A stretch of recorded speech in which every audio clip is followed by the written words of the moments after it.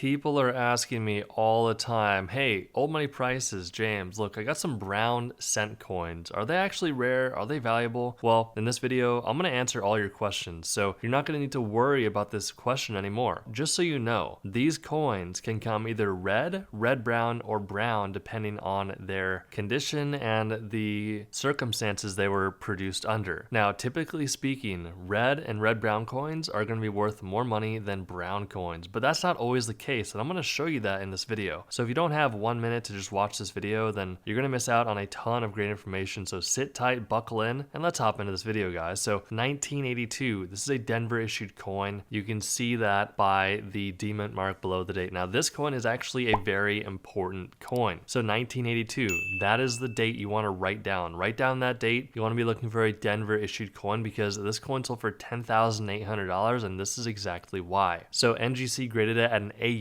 58, and that means about uncirculated. So this coin was actually out there circulating in pocket change before someone noticed it, looked at it, and said, hey, this is actually a very rare coin. Now the biggest thing with this coin is this: get a scale out. 1982, Denver issued. You want to be weighing your coin. This is what we call a transitional coin. So the coin should never have been struck on a bronze planchet, but it was. This coin weighs 3.07 grams. If your 1982 Lincoln cent coin weighs 3.07 grams or around that weight, you could have a very, very rare coin. This one sold for $10,800 because it was struck on a bronze planchet. 1914, Denver issued 1 cent coin. PCGS graded this coin at a mint state 66 brown. This is such a nice, deep, rich, dark chocolate looking coin. I just love the flavor color palette on this coin. I don't know why there's a flavor palette. I'm not tasting the coins, but you get what I'm saying, guys. Very nice looking coin here. Now, old money prices, why did this coin sell for $15,000? Well, that's because 1914D is a key date. That's right, guys. Get your pen, get your paper, write down 1914D because this is the date you want to be looking for. There was a low production run for this specific year. This coin weighs 3.11 grams. It has a 95% copper and 5% tin and zinc metal composition. This coin sold for $15,000. $28,800 for this 1969 S1 cent coin. This coin is very rare and very valuable because it's what we call a DDO or double die obverse. So PC just graded this coin at a mint state 63 brown. You have to be very careful with this specific year. Go ahead, write down 1969 because this year is very important for your coin. It's also one of the most counterfeited coins out there. Be very careful because people will see videos like ours and say, hey, I'm going to counterfeit this coin. All it takes is the right buyer and then they just scam someone. So never buy a coin like this unless you know exactly what you're looking at. It is a completely high risk when it comes to getting scammed. Now, why did this coin sell for $28,800? It all comes down to that DDO or doubled die obverse. So double die pretty much means the die that was striking these coins was accidentally doubled when it was being created. Obverse means the front of the coin. So as you can see there, this is one of the most prominent DDOs out there. You can see Ingal We Trust and Liberty at the left and the date at the bottom right. Those are all features you want to be looking for on your coin because you're going to be able to tell if it's a DDO or not just on those areas. So set aside those 1969 coins because you might be sitting on a DDO just like this one that sold for $28,800. $31,200 for this 1922 1 cent coin. This one has a strong reverse or back. PC just graded this coin at a mint state 64 brown. This one is a no D variety. So this coin only came in Denver issued examples. However, this coin for one reason or another did not have that D mint mark. Missing that D mint mark is detrimental to this coin in the best way possible. You want to be looking for a 1922 with no D mint mark because that means you have a very rare coin. This one sold for $31,200. Wow, check this coin out. Nice rainbow toning going on with this 1909 coin. It's actually really rare to see a nicely toned brown 1909 coin like this. Now 1909 is a very special year when it comes to the wheat cent penny, and that's because it was actually the first year of issue for this coin. The wheat cent coin was first issued in 1909 and there were 4 varieties of this coin. Now the engraver and designer of this coin, his name is Victor David Brenner, or VDB for short. Now there was a very short run where his initials were on the back bottom center of the coin,